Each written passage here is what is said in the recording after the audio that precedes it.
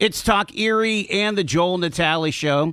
We are live from our Kingdom Financial Group studio here at 5th and State, also live on Facebook and on YouTube. It's another one of our Celebrate What's Different, and it's we're celebrating conversations with the Barber National Institute here in August. Back to school your way. You know, you think about growing up, or you think about your kids or your grandkids and how they get excited or nervous about going back for that first day of school. And you could think about how important or how emotional and how much emotional weight there could be on the first day of school for kids with autism or anxiety or other support needs. And so while some kids can't wait for that first bell, others need some preparation, some patience, and a plan to walk through the school doors to be safe and seen. So that's what we're going to talk about today. We've got Barber National Institute's Vice President, Dr. Maureen Barber Carey, and one of their key behavioral specialists, Maria Brown, to tell us through their expertise and tips and tricks on that first day back to school with confidence. Welcome, ladies. Appreciate you being on the air with us here. Thank you, and we really enjoy always coming on your show. Thank you. That's fantastic. All right, so let's talk about this Netflix segment here. It's called The Healing Powers of Dude. What's this about? This is a little boy named Noah, right? It's about a little boy with Noah who has social anxiety challenges, and he is able to take a special dog with him to school that helps him quiet his anxiety disorders. And although most children do not go to school with a helper, Noah was able to, but I think because most children don't, we as parents really need to think about how do we prepare our child for the first day of school. And again, it could be just a little nervousness, or it could be full out anxiety or other support needs that are needed, right? Very definitely. I think that what you find is most typical children are nervous the first day of school. Right. They're excited, but they're also nervous. However, when we start talking about children with disabilities, I think there's a heightened anxiety that occurs, whether it's a new school, a new teacher, or being in a new city. Children are anxious. It would seem that if you can make things regular, if you could have routine, that's kind of like the first line of being able to bring that anxiety level down, right, Doctor? Very definitely. Yeah. Routine and structure is the key. Okay. And we know that most children do not have routine and structure during the summer. So we need to introduce routine and structure into their last couple of weeks before school. So they're going to be prepared then for the routine and the structure of school. Talk about the onus on the adults in that child's life and how they can kind of tune in instead of maybe sloughing it off of saying, this is just, first day jitters or whatever. No, I think mom and dad really have to be aware that most children are anxious for the first day of school. Yeah. And if they have a child who has some special needs, he's probably going to be a bit more anxious. So before school starts, and I would say 2-3 weeks prior to school, let's start thinking about how do we prepare our child so that he can go to school without that high level of anxiety. Mm-hmm. Yeah. When you talk about having anxiety or even neurodiversity, you could still be successful within those contexts, right? Oh, very definitely. Many children have anxiety. Many children are neurodiverse, but every child is successful. So we as parents simply need to think about what are the small steps that we need to take to prepare our child for going to school. It feels like we need to know what the goalposts are and not keep changing them, right? Very true. And how we find that out, I think, is by contacting the principal or the administrator at school, introducing yourself as mom or dad of John Brown, and then set up an appointment for your child and for you to go to school to talk to the principal about what are those guideposts that you need to know, that your child needs to know in going to school. You think about, what is your child's dude? What helps them feel safe? So maybe it's a toy maybe that they stuff in their backpack. What are some of the other Sure, things? it might be that, but it may be simply routine. Yeah, okay. So that when I go to school that first day, I know that at 8:30 I'm going to walk in the door. I'm going to go to my homeroom. From homeroom, I go to this next room. And one of the things I did over the years was I was able to take pictures of the faculty. And I had an album of those pictures that I would show my son, and I would say, this is going to be your math teacher, this is your English teacher, this is Mr., this is Miss. So he was prepared. When he saw that person, it wasn't a stranger, it was someone he sort of knew a little bit about. And that really took care of much of the anxiety that he was feeling, but that I was too as a parent. Absolutely. Kids thrive with preparation and routine. Let's talk about how we build those routines here and the power of routine. Let's get to some concrete tips here, especially for routines being so critical for children with autism, anxiety, other behavioral health challenges. And so you mentioned like doing a preview of that school day. A preview of the school day. Taking your child in, talking with the principal, perhaps a teacher, and or if there's a team of persons that work with your child, have an opportunity for your child to meet them. There's also some really basic kinds of things that we as parents can do. One is during the summer, very often there is no specific bedtime routine. Oh, okay. However, if you're going to have to be up at 6:30 to get to school, let's not sleep in every day prior to the first day of school and have to get up at 6:30.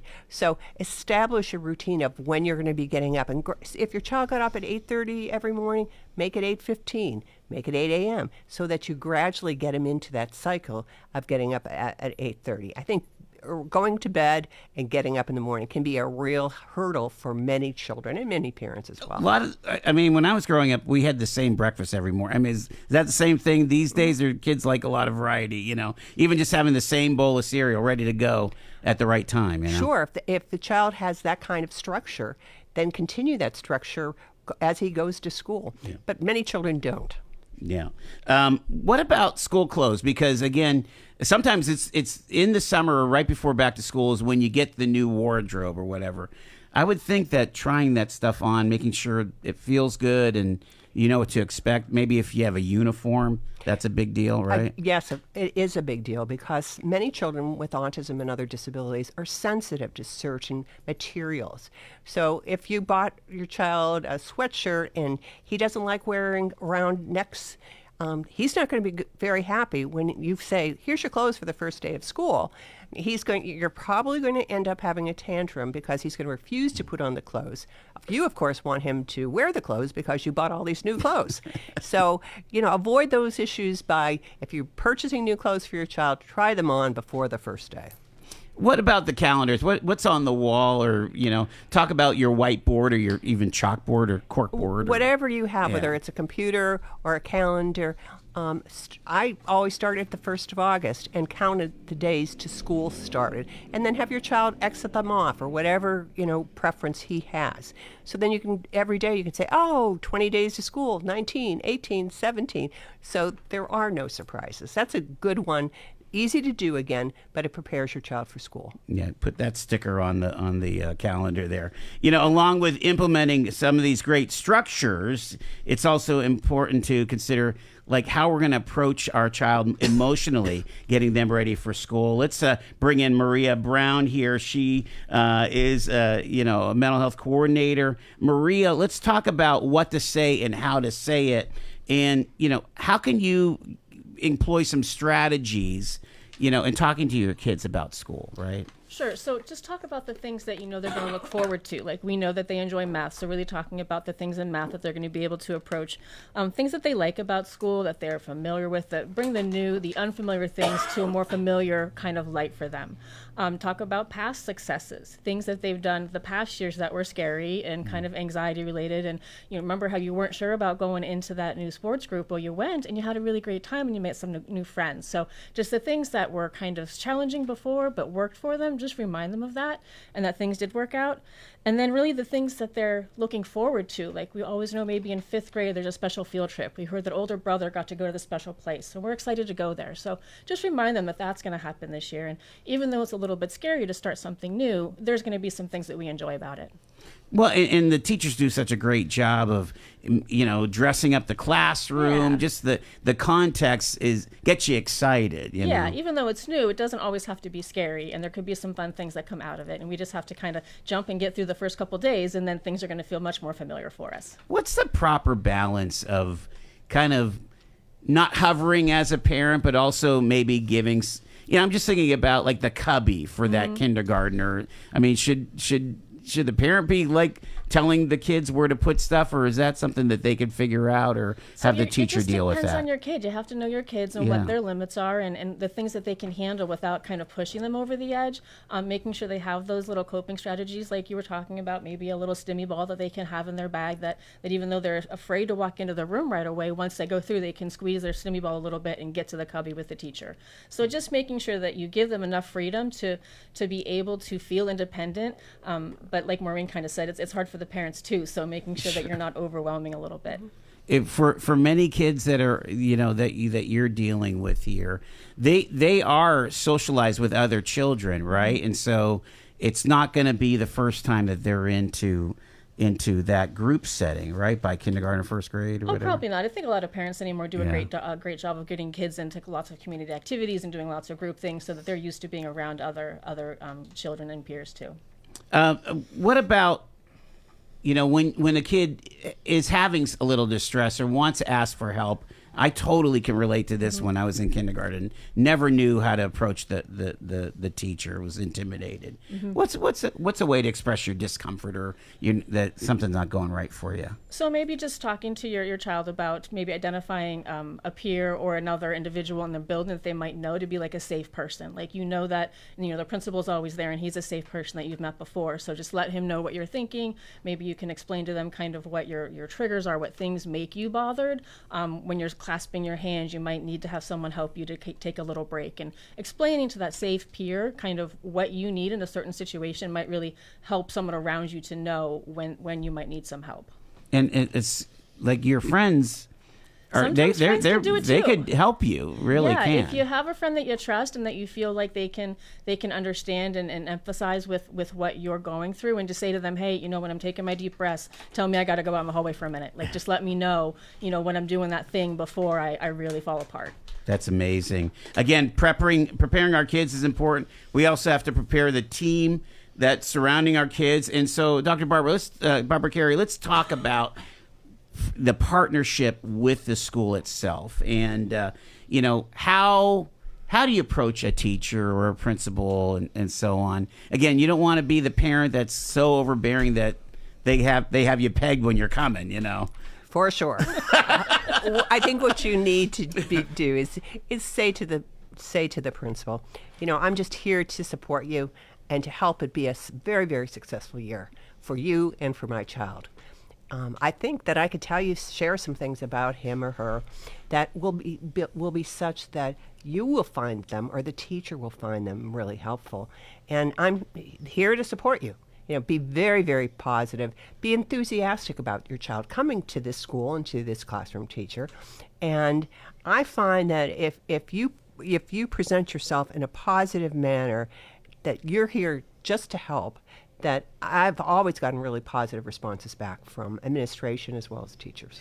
Is it helpful to maybe even do like a one sheet about my child, just kind of some bullet points for the teacher? Yes. I think I found that very helpful. And I think most administrators or teachers would also appreciate that, because let's be, certainly the parent knows his or her child the best. And so if they can say, well, if you can reinforce my child by giving him a pat on the back, or, my child gets very nervous in these kinds of situations, but you can help him be more relaxed by just going up to him and talking to him about what's going to come next. So I would really encourage parents to put together that list of, these are the great things that my child can do. These are some of his challenges. And these are some suggestions I might give you as you work with him. Some children need accommodations and things, and again, they have maybe an individualized, lesson plan or something like that. Talk about how you can get to clarity with the educators that are teaching your kids. Well, I think the best way is through honesty. Okay. By just saying, this is my child. These are the great things he can do, but he really needs help on some of these things. Or these are some behaviors that are challenging for him. And I want to be here to help you. And I have, to say whether the child is also involved in some wraparound services, bring those wraparound people, that team to the school so they can also support what's happening in the regular ed environment. Many children have IEPs and they're in regular education. It's just a question of getting the whole team together so you're on the same page. I would imagine that open communication is so key, and it really, on the parents' part, that humility of saying, okay, I'm entrusting my child for 6 hours a day, and so it's going to be incumbent upon me not to kind of fly off the handle if something goes awry, right? Sure. You as a parent have to be calm. And now your child is probably with 15, 20, 25 other children. And things happen. Sometimes a child falls on the playground, or some child might be bumped and falls down. Accidents do happen. And, I think, again, you say open communication. For the school to call and say, oh, there was an accident today. Your child bumped on something, fell down. He's doing fine. We had the nurse check him out. You don't need to worry. I think the parent then is reassured, and the administrator or the teacher has been open with the parent, so they know they don't have anything to worry about. Your child's being in a very safe environment at his school. There's a recommendation of touring the school. What are you looking for in? Do things have to be brought up to the principal or to the building superintendent? Sure. There may be an accommodation that needs to be made. Okay. If your child can take steps, but it's hard to do two or three stairwells, there may be a need to make an accommodation that the child would need to take the elevator in the school so that he can avoid that. But a walkthrough is for the parent, the child, so the child knows the school, as well as for the administrative staff and the teacher to be able to meet and greet your son or daughter and to know, again, what accommodations might need to be made. Let's bring this plane in for a landing on this incredible back-to-school edition of Celebrating What's Different. Maria, the idea of what your child brings in, maybe that helps them, the backpack, you said the fidget, or or maybe the structure of the schedule, they need to know that they're not alone, that they have a support group around them, don't they? Yeah. I think talking to your child about the fact that everyone is starting the same school year, they're all a little scared, they're all a little nervous, they're all in the same boat. Even though the guy over there doesn't look like it, he might just be having just a hard time as you are. So other kids might have the same kind of needs and adaptions and things like that. So everyone's in the same boat, and by the couple days or couple weeks, you're going to all feel a lot better. Give some encouragement for parents, especially. Do you think? It's scary as a parent to let your kids go and do this, but it's amazing to see how successful they can be and the gains they can make and the friends that they're going to make and the good things that are going to happen when we're able to kind of let them go and take the skills that we've helped them to learn, because the parents really have helped them to learn these skills that have let them start to do this next journey in their path. So the teachers have brought them there, and they can keep going with it. Beautiful. We'll leave it there. Dr. Maureen Barber Carey and Maria Brown from the Barber National Institute. Another Celebrate What's Different. Let's go back to school this year with confidence. Thank you, ladies, so much. Thank you very much. You got it. Here it is, 7 minutes in front of 4.